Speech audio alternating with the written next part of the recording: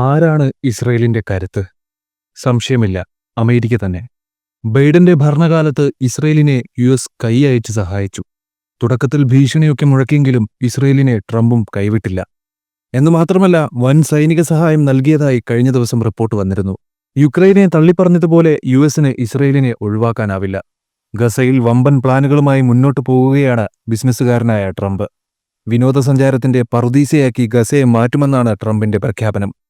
ഏറെ വിവാദമായിട്ടും ലോകം പ്രതിഷേധമുയർത്തിയിട്ടും പിന്മാറാൻ ട്രംപ് തയ്യാറല്ല. കുറച്ചു ദിവസങ്ങൾക്ക് മുമ്പാണ് ട്രംപ് തന്റെ സ്വപ്ന ഗസയുടെ AI വീഡിയോ പുറത്തുവിട്ടിരുന്നത്.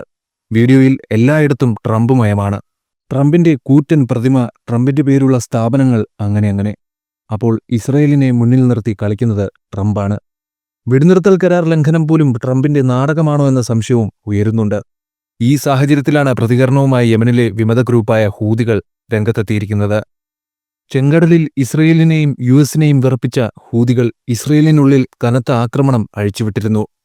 ഗസയിൽ വെടിനിർത്തൽ പ്രഖ്യാപിച്ചതോടെയാണ് ഹൂതികൾ ആക്രമണത്തിൽ നിന്ന് പിന്മാറിയത്. ഗസയിൽ രണ്ടാംഘട്ട വെടിനിർത്തൽ ഉണ്ടായിട്ടില്ല.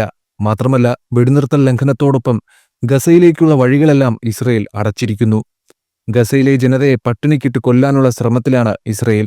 ഇത് സംബന്ധിച്ച ഞെട്ടിപ്പിക്കുന്ന വാർത്തകൾ കഴിഞ്ഞ ദിവസം പുറത്തുവന്നിരുന്നു. അതിനിടെയാണ് ഭീഷണി മുഴക്കി വീണ്ടും ഹൂതികളെത്തിയത്. യമനിലെ അൻസറുള്ള റെസിസ്റ്റൻസ് മൂവ്മെന്റാണ് യുഎസ് പിന്തുണയോടെ ഗസയിൽ ഇസ്രയേൽ നടത്തുന്ന അതിക്രമങ്ങൾക്കെതിരെ മുന്നറിയിപ്പ് നൽകിയിരിക്കുന്നത്. യുഎസിനെതിരെയുള്ള നീക്കം ശക്തിപ്പെടുത്തുമെന്നും ഹൂതികൾ പറയുന്നു.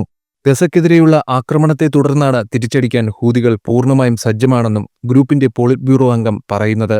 ആക്രമണത്തിനായി മിസൈൽ, ഡ്രോൺ യൂണിറ്റുകൾ ഉൾപ്പെടെ സജ്ജമാണെന്നും പോളിറ്റ് ബ്യൂറോ അംഗമായ നാസർ അൽദിൻ അമീർ വ്യക്തമാക്കി.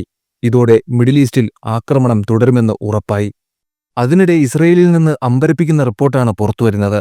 ഇസ്രയേലിലെ എഞ്ചിനീയർ ഇറാന് രഹസ്യങ്ങൾ ചോർത്തി നൽകിയെന്നാണ് റിപ്പോർട്ട്. ഈ ചാരക്കേസ് ഇസ്രയേലിനെ പിടിച്ചുകുടുക്കുകയാണ്. കുറ്റാരോപിതൻ ഇറാൻ രഹസ്യാന്വേഷണ ഉദ്യോഗസ്ഥരെ ബന്ധപ്പെട്ടെന്നും വിവരങ്ങൾ കൈമാറിയെന്നും റിപ്പോർട്ടിൽ പറയുന്നു. ആണവശക്തിയാകാനുള്ള തീവ്ര ശ്രമത്തിലാണ് ഇറാൻ. അതിനിടയിലാണ് ആശങ്കയുയർത്തുന്ന റിപ്പോർട്ടുകൾ പുറത്തുവരുന്നത്. ഇസ്രായേലിന്റെ ന്യൂക്ലിയർ രഹസ്യങ്ങൾ ചോരാൻ സാധ്യതയുണ്ടോ? ഈ ചോദ്യമാണ് ഉയരുന്നത്. ഇറാൻ ഇസ്രയേലിന്റെ സുരക്ഷാ കവചം ഭേദിച്ച് നുഴഞ്ഞുകയറിയോ എന്നാണ് ആശങ്ക. ഇസ്രായേൽ എഞ്ചിനീയറായ ഡോറോൺ ബോക്കോപ്സയാണ് ആരോപണ വിധേയൻ. ഡിമോറ ന്യൂക്ലിയർ റിയാക്ടറിന്റെ വിവരങ്ങൾ ഇറാന് വിൽക്കാൻ ശ്രമിച്ചുവെന്നാണ് റിപ്പോർട്ട്. പരിശീലനം പൂർത്തിയാക്കിയ ശേഷം കെമിക്കൽ ഫാക്ടറിയിൽ ടെക്നീഷ്യനായി പ്രവർത്തിച്ചു വരികയായിരുന്നു ഇയാൾ. ടെലിഗ്രാമിലൂടെയാണ് ഇറാൻ അധികൃതരുമായി ഇയാൾ ബന്ധപ്പെട്ട് സഹകരണ വാഗ്ദാനം നൽകിയതെന്നും റിപ്പോർട്ടുകൾ പറയുന്നു. ഞാനൊരു ഇസ്രയേലിയാണ്, ഞാൻ നിങ്ങൾക്കൊപ്പം പ്രവർത്തിക്കാൻ ആഗ്രഹിക്കുന്നുവെന്ന സന്ദേശമാണ് ഇയാൾ ടെലിഗ്രാമിലൂടെ അയച്ചതെന്ന് വെനറ്റിന്റെ റിപ്പോർട്ടിൽ പറയുന്നു. 2024 ഡിസംബർ മുതൽ 2025 ഫെബ്രുവരി വരെ ഇറാനിലെ രഹസ്യാന്വേഷണ വിഭാഗത്തിനായി ഇയാൾ പ്രവർത്തിച്ചെന്നും റിപ്പോർട്ടിൽ പറയുന്നുണ്ട്. തന്ത്രപ്രധാന മേഖലകളുടെ ചിത്രങ്ങളും എടുത്തു നൽകി. പകരമായി ക്രിപ്റ്റോ കറൻസി പ്രതിഫലം സ്വീകരിച്ചെന്നും റിപ്പോർട്ടിൽ പറയുന്നു. തുടർന്ന് ഇയാൾ ചാരപ്രവൃത്തി വിപുലമാക്കി.